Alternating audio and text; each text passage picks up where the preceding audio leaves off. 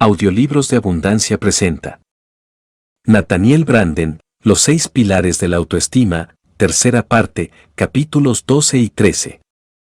Gracias por escuchar este audiolibro. Espero que lo disfrutes mucho y te sea de gran utilidad. Para más audiolibros visita el canal de YouTube, Audiolibros de Abundancia. Suscríbete para más contenido actualizado. Si quieres expresar algo, por favor deja un comentario. Si te gustó, por favor dale un like. Gracias. Antes de seguir, recomiendo tener lugar para anotar o grabar, ya que en ciertas partes se requiere hacer ciertos ejercicios. Tercera parte. Capítulo 13. Las influencias exteriores. Uno mismo y los demás. El fomento de la autoestima del niño. La meta adecuada de la crianza de los padres consiste en preparar a un hijo para que sobreviva de forma independiente en la edad adulta. El bebé empieza en una situación de total dependencia. Si su crianza tiene éxito, el joven o la joven pasarán de esa dependencia a ser seres humanos que se respetan a sí mismos y son responsables de sí mismos. Capaces de responder a los retos de la vida de forma competente y entusiasta. De este modo serán autosuficientes y no solo desde el punto de vista económico, sino también intelectual y psicológicamente. Un recién nacido no tiene aún un sentido de la identidad personal. No tiene conciencia de separación, o al menos no la tiene tal y como la sentimos nosotros los adultos. La tarea humana primaria consiste en llegar a ser nosotros mismos. También es el reto humano primario, porque no está garantizado el éxito. En cualquier punto del camino puede interrumpirse el proceso. Frustrarse, bloquearse o desvirtuarse, de forma que la persona quede fragmentada, alienada, detenida en uno u otro nivel de madurez mental o emocional. No es difícil observar que la mayoría de las personas se quedan atascadas en uno u otro punto de este camino de desarrollo. No obstante, como he examinado en mi libro, El respeto hacia uno mismo, la meta central del proceso de maduración es la evolución hacia la autonomía. Un adagio antiguo y excelente afirma que la paternidad consiste en dar a un hijo primero raíces para crecer y luego alas para volar. La seguridad de una base firme y la confianza en sí mismo para abandonarla un día. Los hijos no crecen en un vacío. Crecen en un contexto social. Gran parte del drama del desarrollo de la individuación y la autonomía tiene lugar y solo puede tener lugar mediante la relación con otros seres humanos. En las primeras relaciones de la niñez, un hijo puede experimentar la seguridad que hace posible la aparición del yo, o bien el terror y la inestabilidad que descompone el yo antes de que se forme por completo. En las relaciones posteriores, un hijo puede tener la experiencia de ser aceptado y respetado, o rechazado y postergado. Un niño puede experimentar el equilibrio adecuado entre protección y libertad, carita sorprendida. La sobreprotección que le infantiliza. La subprotección que exige al niño recursos que puede no tener aún. Estas experiencias, así como otras que examinaremos, contribuyen al tipo de identidad y de autoestima que se forma con el tiempo. La tarea humana primaria consiste en llegar a ser nosotros mismos. También es el reto humano primario, porque no está garantizado el éxito. Los antecedentes de la autoestima. Parte de los mejores trabajos de los psicólogos sobre la autoestima han tenido lugar en el ámbito de las relaciones entre padres e hijos. Como ejemplo puede citarse el importante estudio de Stanley Coopersmith, The Antecedents of Self-Esteem. El objetivo de Coopersmith era identificar las conductas de los padres encontradas con más frecuencia cuando los niños crecían manifestando una autoestima sana. Como prólogo a la exposición que sigue, voy a resumir lo esencial de este trabajo. Coopersmith halló la importancia de la calidad de la relación entre el hijo y los adultos importantes de su vida. En concreto, encontró 5 condiciones asociadas a una alta estima en los niños. 1. El niño experimenta una total aceptación de los pensamientos, sentimientos y el valor de su propia persona. 2. El niño funciona en un contexto de límites definidos e impuestos con claridad que son justos, no opresores y negociables. No se le da una libertad ilimitada. Por consiguiente, el niño experimenta una sensación de seguridad, tiene una base clara para evaluar su comportamiento. Además, por lo general los límites suponen normas elevadas, así como la confianza en que el niño será capaz de cumplirlas. Por consiguiente, el niño las cumple normalmente. 3. El niño experimenta respeto hacia su dignidad como ser humano. Los padres no utilizan la violencia, humillación o el ridículo para controlar y manipular. Los padres se toman en serio las necesidades y deseos del niño, tanto si pueden satisfacerlos como si no en cada caso. Los padres están dispuestos a negociar las reglas familiares dentro de límites escrupulosamente fijados. En otras palabras, impera la autoridad, pero no el autoritarismo. Como expresión de esta actitud general, los padres tienden menos a la disciplina punitiva y tiende a haber menos necesidad de disciplina punitiva. Y son más propensos a poner énfasis en la recompensa y refuerzo de la conducta positiva.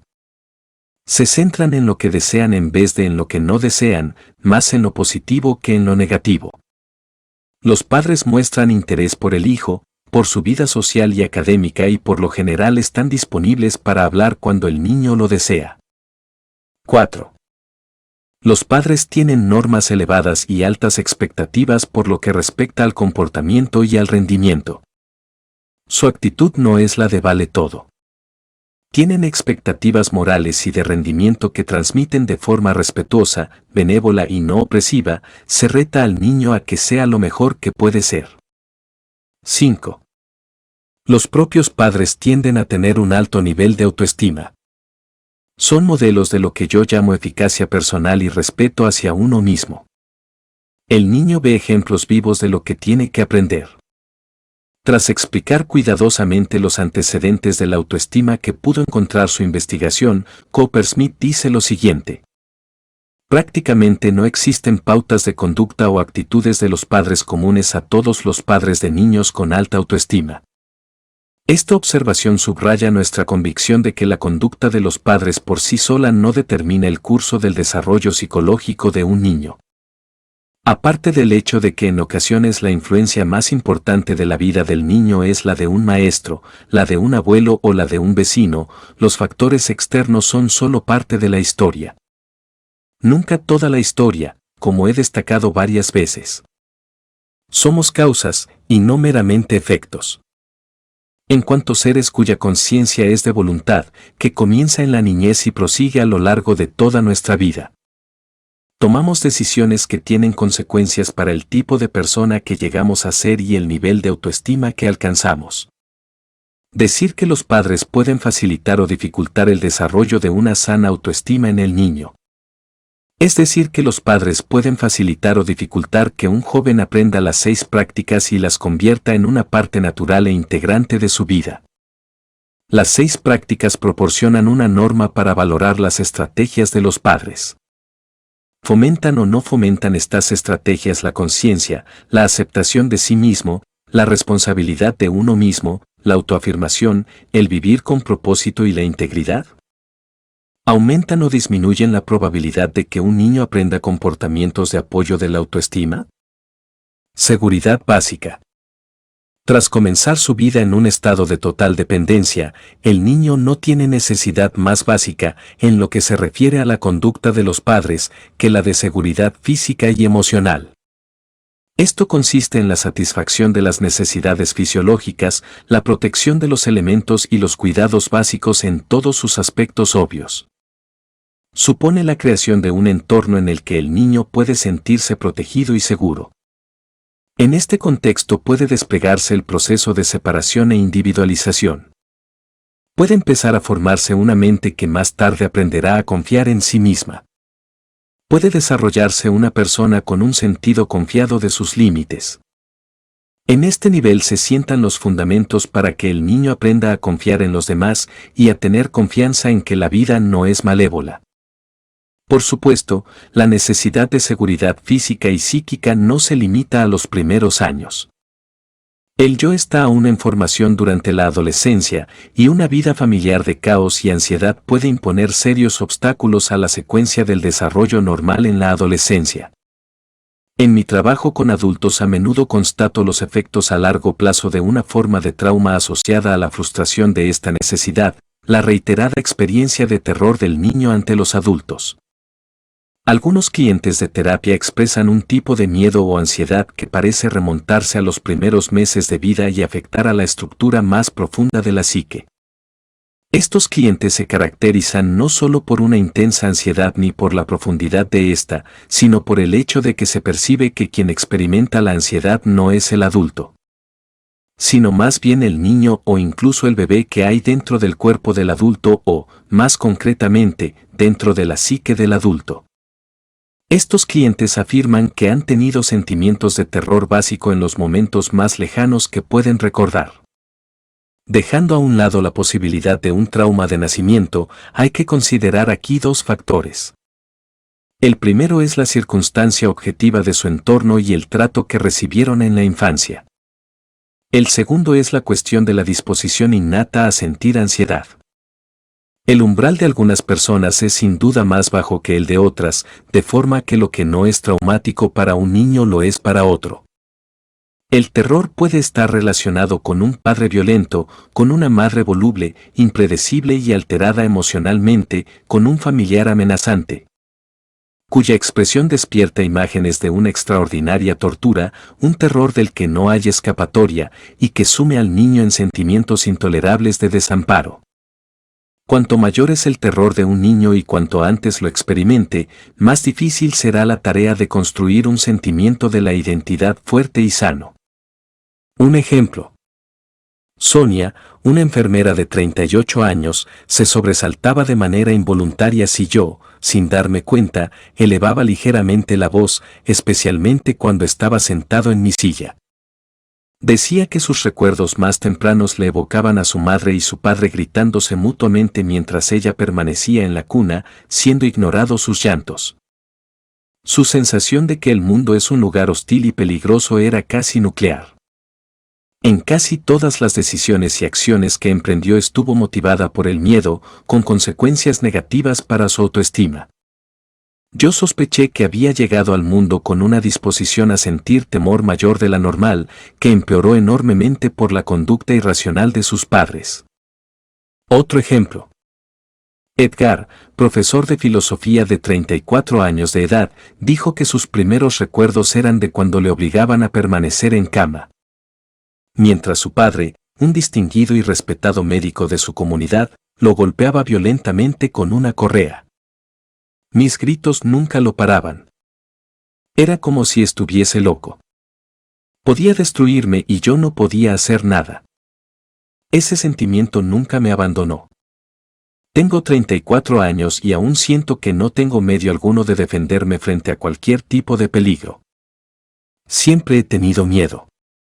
No puedo imaginar quién sería yo sin mi miedo. Cuanto mayor es el terror del niño y cuanto antes lo experimente, más difícil será la tarea de construir un sentimiento de la identidad fuerte y sano.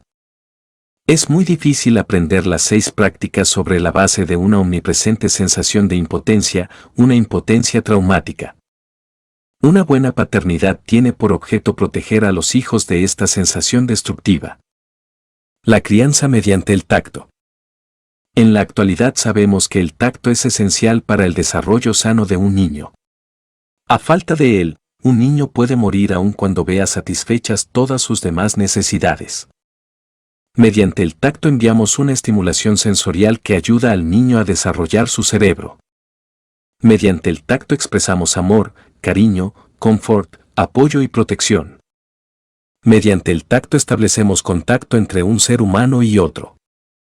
La investigación revela que el tacto, por ejemplo el masaje, puede afectar profundamente a la salud. A cierto nivel esto se conoce intuitivamente porque en las regiones no occidentales del mundo el masaje de los bebés es una práctica normal. En Occidente no lo es, y una de las razones que se ha sugerido es el sesgo contra el cuerpo característico del cristianismo. Una de las formas más poderosas en que los padres pueden transmitir cariño es mediante el tacto. Mucho antes de que un niño pueda comprender las palabras, comprende el tacto. Las declaraciones de amor sin tacto son poco convincentes y vacías. Nuestros cuerpos reclaman la realidad de lo físico. Queremos sentir que se quiere, se valora, se abraza a nuestra persona y no a una abstracción sin cuerpo. Mucho antes de que un niño pueda comprender las palabras, comprende el tacto. Los niños que crecen con escasa experiencia de contacto a menudo crecen con un profundo dolor en su interior que nunca se desvanece por completo. Su consideración de sí mismos tiene un punto ciego. ¿Por qué nunca me pude sentar en las rodillas de mi padre?, dicen algunos clientes. ¿Por qué mi madre expresó tanta resistencia, incluso disgusto, hacia el contacto físico? La frase que no dicen con palabras es: ¿por qué no me quisieron lo suficiente como para desear agarrarme? Y en ocasiones, si mis propios padres no quisieron tocarme, ¿cómo puedo esperar que alguien quiera hacerlo? El dolor de esta privación infantil es difícil de soportar. Normalmente se reprime. Se produce entonces una restricción de la conciencia y una insensibilización psíquica como una estrategia de supervivencia para hacer tolerable la vida. Se evita la conciencia de uno mismo. A menudo este es el inicio de un patrón que dura toda la vida. En función de los demás factores psicológicos, podemos ver dos respuestas diferentes a la privación del tacto en una etapa posterior de la vida. A un nivel parecen opuestas, pero ambas expresan alienación y son perjudiciales para la autoestima. Por una parte podemos ver en un adulto una evitación del contacto íntimo con otras personas, una retirada de toda relación humana que expresa sentimientos de temor y falta de valía. Un fracaso, entre otras cosas, de la autoafirmación. O bien podemos ver una promiscuidad sexual compulsiva, un esfuerzo inconsciente por curar las heridas de la inanición táctil, pero de una forma que humilla sin resolver nada. En la que hay una gran merma de la integridad personal y del respeto a uno mismo. Ambas respuestas aíslan al individuo de todo contacto humano auténtico. Amor. Un niño tratado con amor tiende a interiorizar este sentimiento y a experimentarse a sí mismo como alguien digno de cariño. El amor se manifiesta por la expresión verbal, por las acciones de cuidados y por el gozo y placer que mostramos en el mero hecho de la existencia del niño. Un padre efectivo puede manifestar cólera o decepción sin dar muestras de retirada de amor. Un padre efectivo puede enseñar sin recurrir al rechazo. Con ello no se cuestiona el valor del niño en cuanto ser humano. El amor no se siente como algo real cuando siempre se vincula al rendimiento, se vincula a la conformidad con las expectativas de mamá o papá y se retira de vez en cuando. Para manipular la obediencia y la conformidad. El amor no se siente como algo real cuando el niño recibe mensajes sutiles o no sutiles que le dicen: no eres suficiente. Desgraciadamente muchos de nosotros hemos recibido estos mensajes. Tú puedes tener el potencial, pero ahora eres inaceptable. Tienes que corregirte. Un día puede ser suficiente, pero no ahora. Solo será suficiente si cumples nuestras expectativas. Yo soy suficiente, no significa. No tengo nada que aprender y nada que crecer. Significa. Me acepto a mí mismo con el valor que tengo. No podemos construir la autoestima sobre la base. Yo no soy suficiente. El manifestar a un niño: tú no eres suficiente, es subvertir el núcleo de su autoestima. Ningún niño que ha recibido estos mensajes se siente querido. Aceptación. Un niño cuyos pensamientos y sentimientos son tratados con aceptación tiende a interiorizar la respuesta y a aprender a aceptarse a sí mismo. Se manifiesta esta aceptación no estando de acuerdo, lo que no siempre es posible, sino atendiendo y reconociendo los pensamientos y sentimientos del niño. Y no castigándole, discutiendo, sermoneándole, psicologizando o insultándole. Si reiteradas veces se le dice a un niño que no debe sentirse así, que no debe sentir eso, se le anima a negar y extrañar sus sentimientos o emociones para complacer o aplacar a sus padres. Si se tratan las expresiones normales de excitación, cólera, felicidad, sexualidad, deseo y miedo como conductas inaceptables, incorrectas, pecaminosas o desagradables. De otro modo, para los padres, el niño puede distanciarse de ellas y rechazar cada vez más su persona para integrarse, ser querido, para evitar el terror del abandono.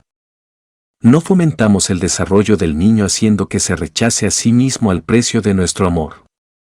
Pocas actitudes de los padres pueden ser tan útiles para el desarrollo sano del niño como la experiencia de que su naturaleza, temperamento, intereses y aspiraciones son aceptados tanto si sus padres los comparten como si no.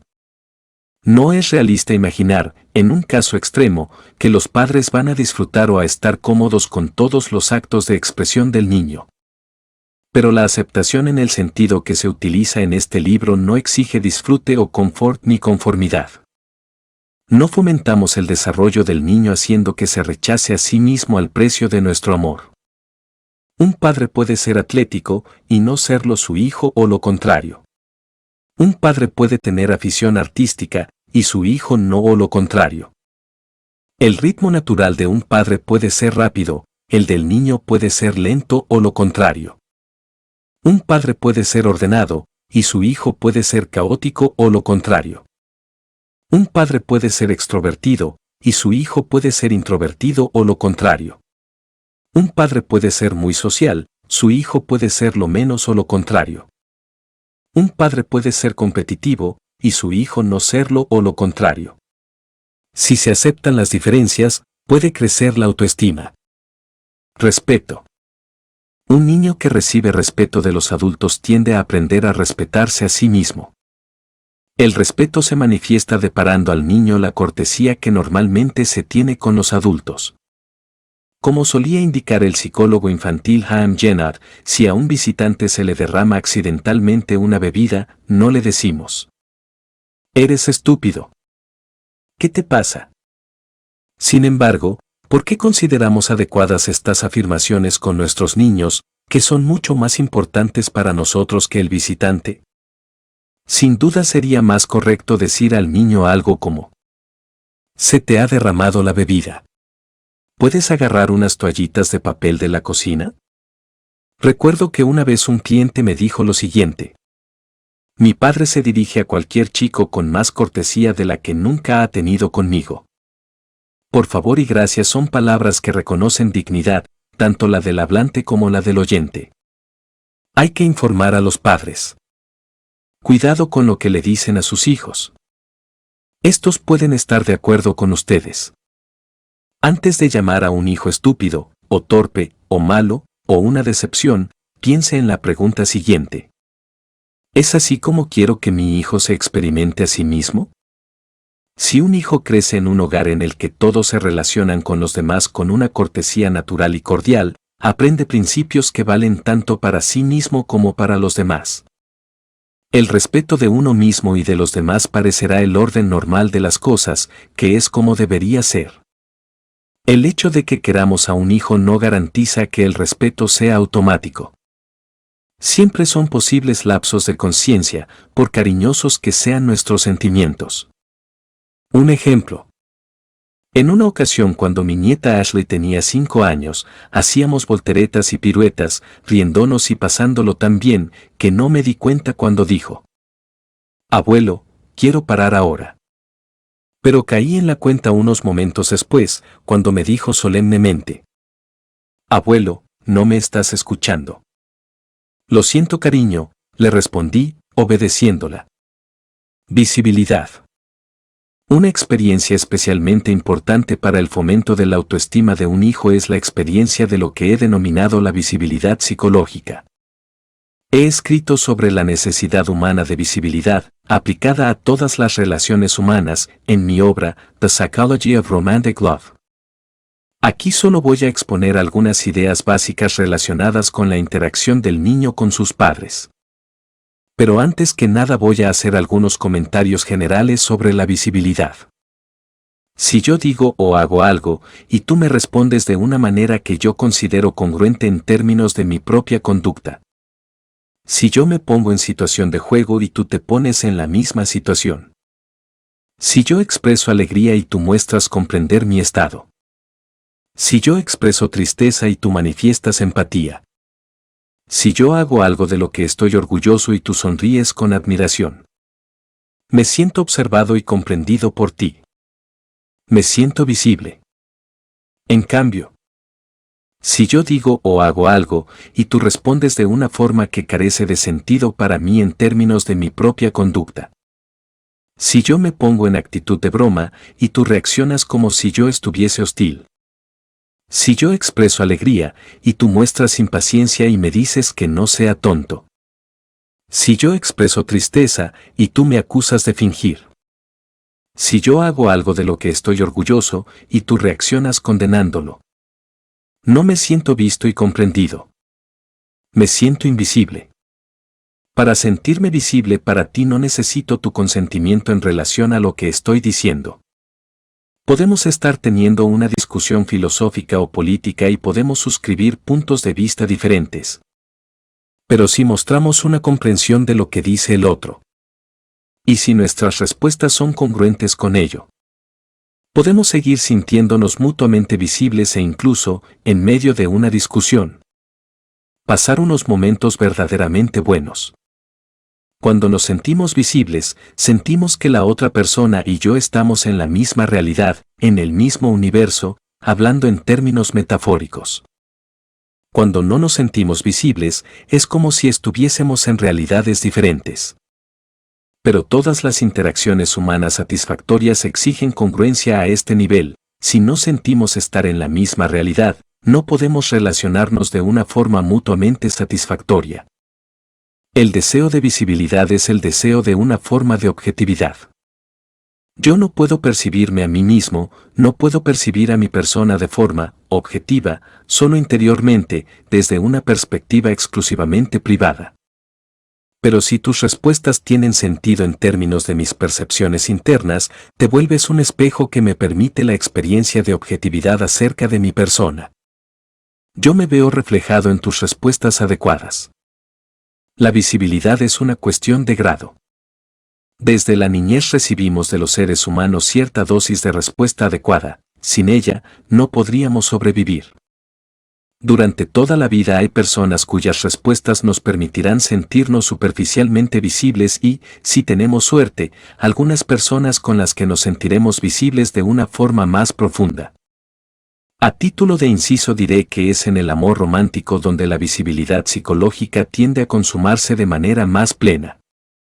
Alguien que nos quiere de forma apasionada está motivado a conocernos y comprendernos con mayor profundidad que alguien con quien nuestra relación es más casual. ¿Qué solemos oír de las personas enamoradas? Él o ella me comprende como nunca antes me he sentido comprendido. Un niño tiene un deseo natural de ser visto, oído, comprendido y de que se le responda adecuadamente. Para una persona aún en formación esta es una necesidad especialmente urgente. Esta es una de las razones por las que un niño se fijará en la respuesta de sus padres tras haber hecho algo. Un niño que experimenta su excitación como algo bueno, como un valor, pero es castigado o censurado por ello por parte de un adulto siente una confusa experiencia de invisibilidad y desorientación. Un niño elogiado por ser siempre un ángel y que sabe que esto no es verdad también experimenta invisibilidad y desorientación. Tras trabajar con adultos en psicoterapia, veo la frecuencia con que el dolor de la invisibilidad en su vida doméstica durante la infancia es claramente un factor central de sus problemas de desarrollo y de sus inseguridades en las relaciones adultas. Estas son algunas de las respuestas a esta frase. Si yo me hubiese sentido visible para mis padres, hoy no me sentiría tan alienado de la gente. Me hubiese sentido miembro de la especie humana. Me hubiese sentido seguro. Me hubiese sentido visible a mí mismo. Me hubiese sentido querido. Hubiese sentido que había esperanza.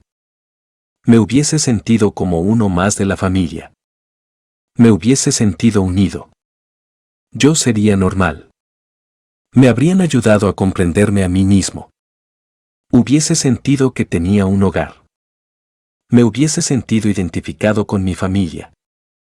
Si un niño dice, con tono triste. Hoy no pude participar en el juego de la escuela y la madre le responde con una mirada comprensiva. Eso debe de doler. El niño se siente visible. Pero, si su madre le responde secamente, ¿crees que siempre lo vas a conseguir todo en la vida? ¿Qué sentirá el niño?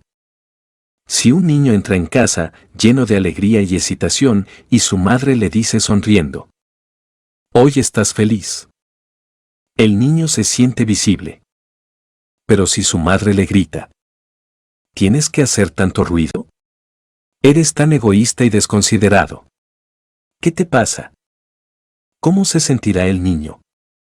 Si un niño se esfuerza por construir una cabaña en el jardín de casa y su padre le dice con admiración, a pesar de que es difícil, lo estás consiguiendo. El niño se siente visible.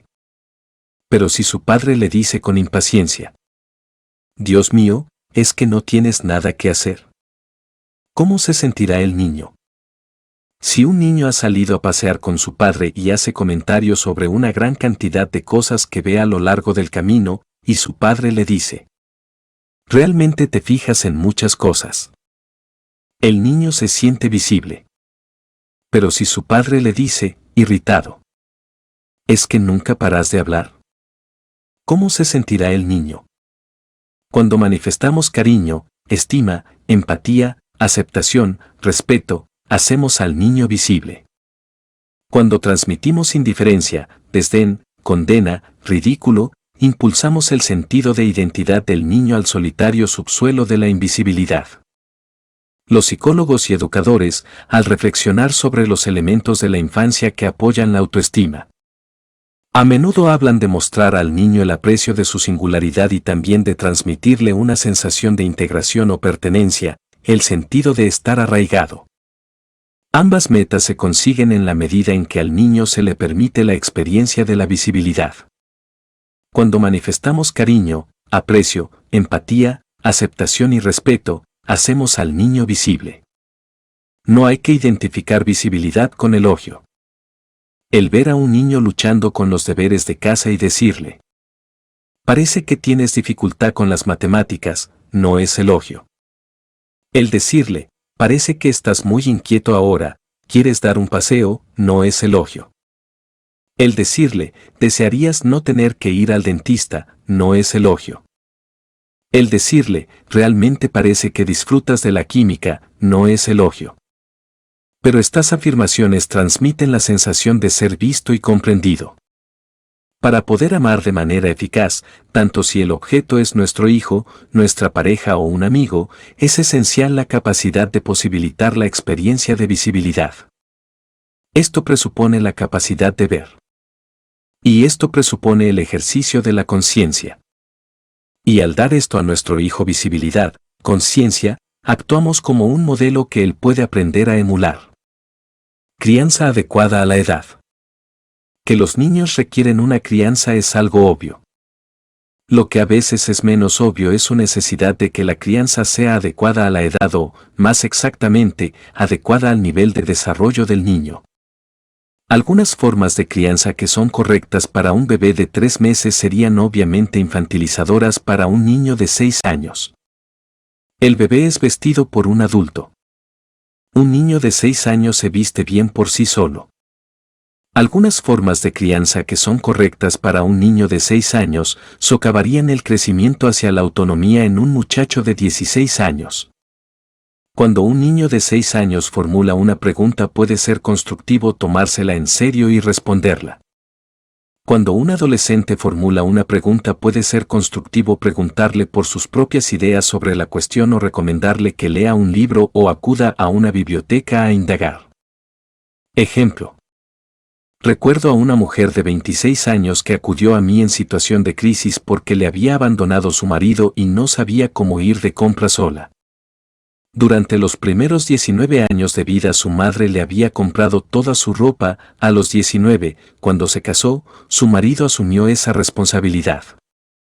Y no solo para la ropa, sino para todas las cosas del hogar, incluida la comida.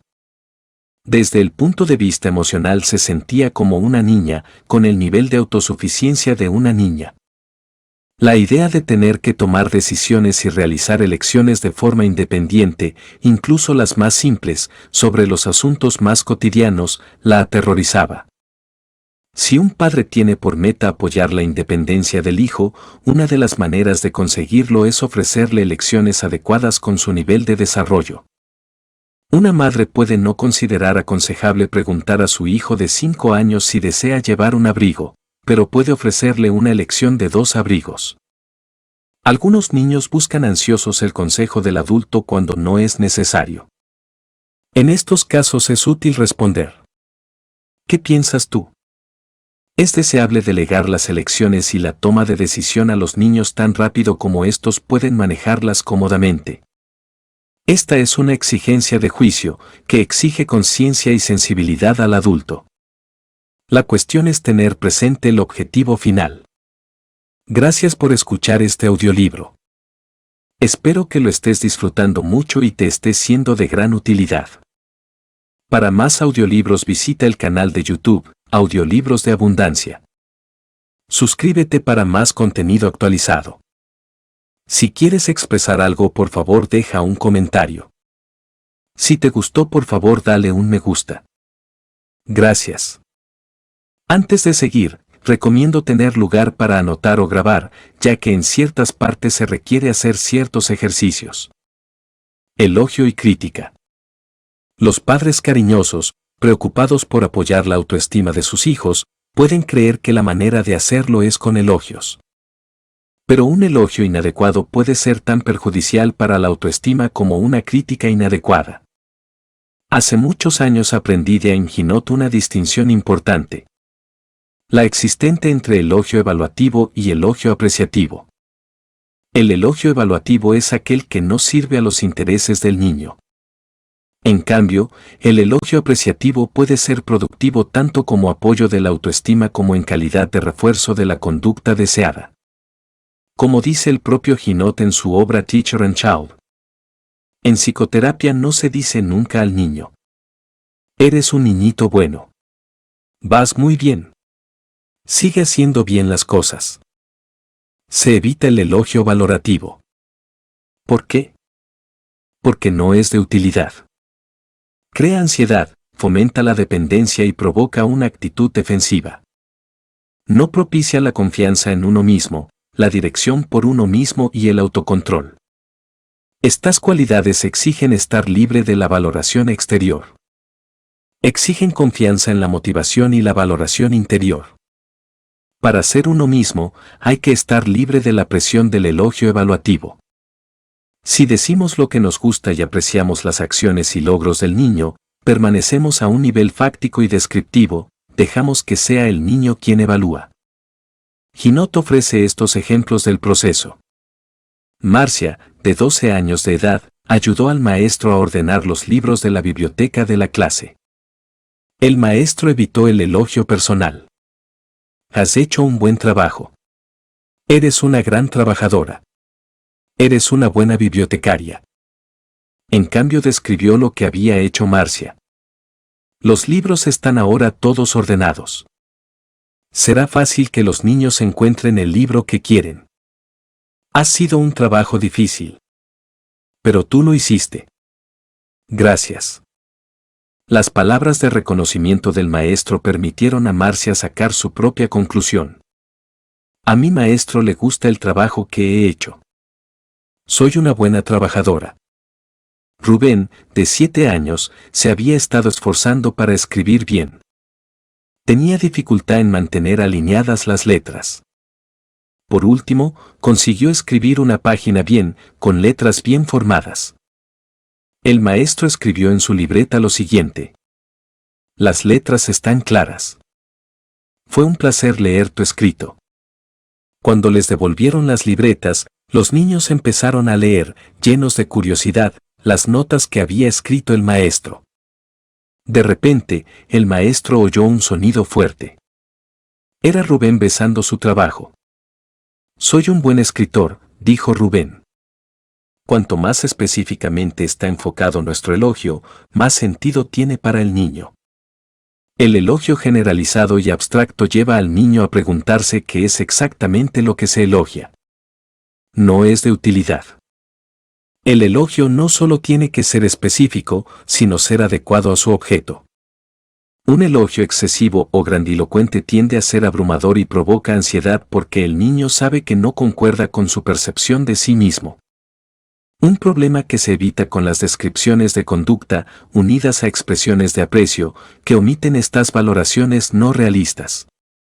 Algunos padres intentan fomentar la autoestima de sus hijos, pero les elogian de forma global, indiscriminada y extravagante. En el mejor de los casos, esto no funciona. En el peor, es contraproducente, el niño se siente invisible y ansioso. Además, esta política tiende a crear adictos a la aprobación, niños que no pueden dar un paso sin buscar elogios y que se sienten descalificados cuando no los tienen. Muchos buenos padres, con las mejores intenciones del mundo pero sin las aptitudes adecuadas, han convertido a sus hijos en semejantes adictos de la aprobación, saturando su entorno familiar con sus evaluaciones encantadoras. El elogio inadecuado puede ser tan perjudicial para la autoestima como la crítica inadecuada.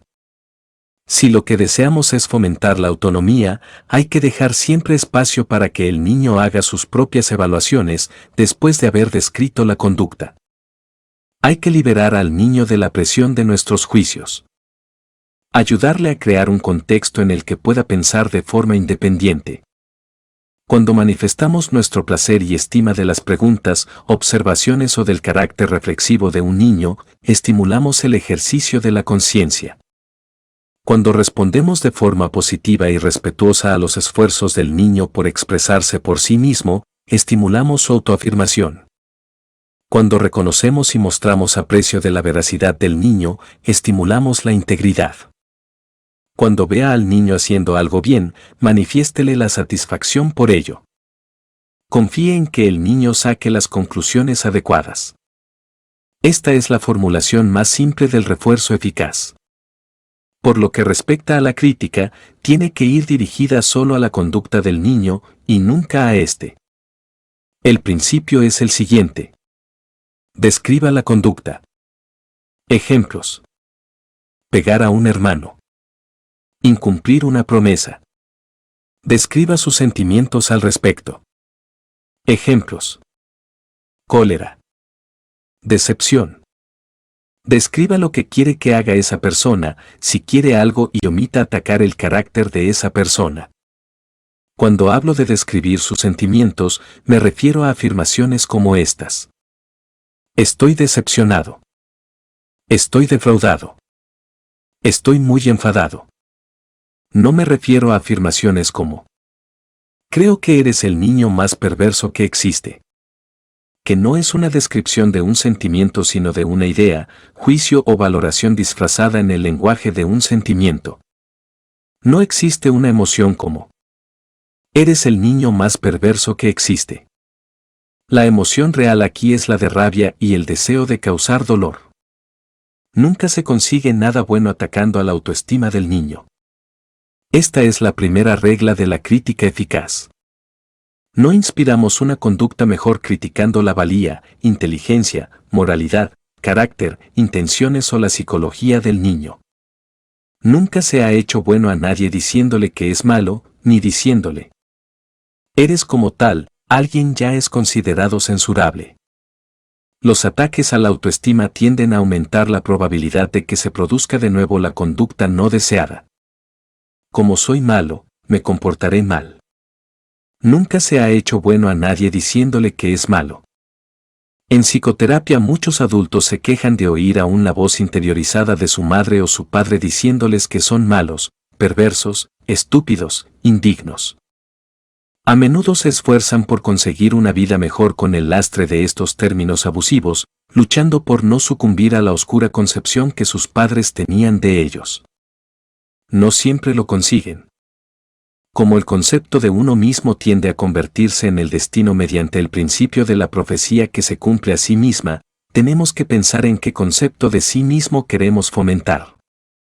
Si podemos censurar sin destruir o rebajar la dignidad de un niño, si podemos respetar la autoestima de un niño incluso cuando estamos encolerizados.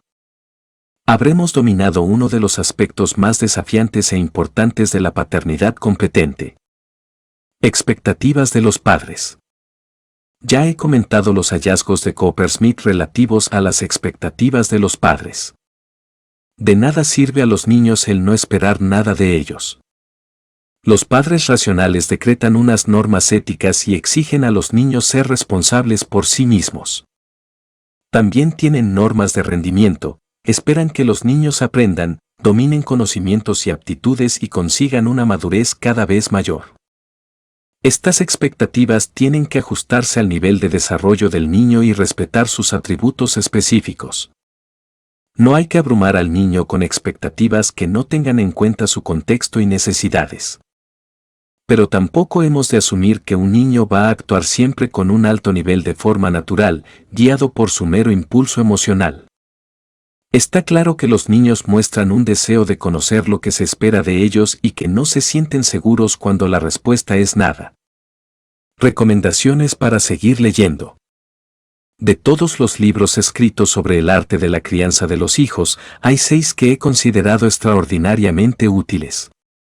Por la sabiduría y claridad que aportan a los problemas técnicos de la vida familiar cotidiana. Aunque rara vez mencionan la autoestima como tal, son soberbias guías para el fomento de la autoestima en los menores.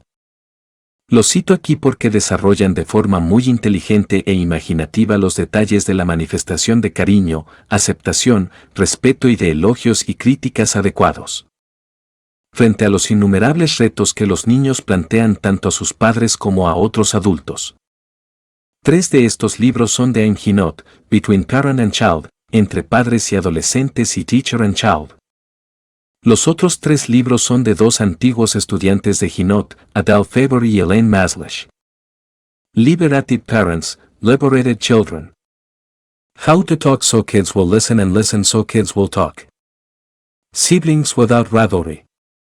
Otro libro extraordinario es el titulado Parent Effectiveness Training, del Dr. Thomas Gordon.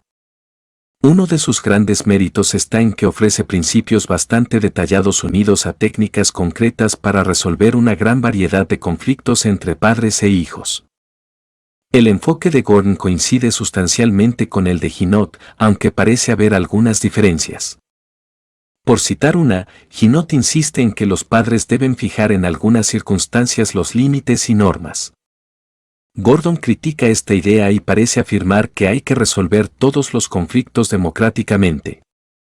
En relación a esta cuestión tomo partido por Ginott, aunque no estoy seguro de si se trata de una verdadera diferencia, pues Gordon no permitiría que un niño pequeño jugase en la calle a su libre discreción. Manejo de los errores. La forma en que los padres responden cuando los niños cometen errores puede ser fatídica para la autoestima. Un niño aprende a caminar mediante una serie de movimientos falsos. Poco a poco elimina los movimientos que no sirven y recuerda los que sirven. El cometer errores es parte esencial del proceso de aprender a andar. El cometer errores es una parte esencial de todo aprendizaje. Si se castiga a un niño por cometer un error, o se le ridiculiza, humilla o reprende, o si uno de los padres se dirige a él de forma impaciente y le dice: «Quítate, déjamelo hacer a mí», este no puede sentirse libre para luchar y aprender.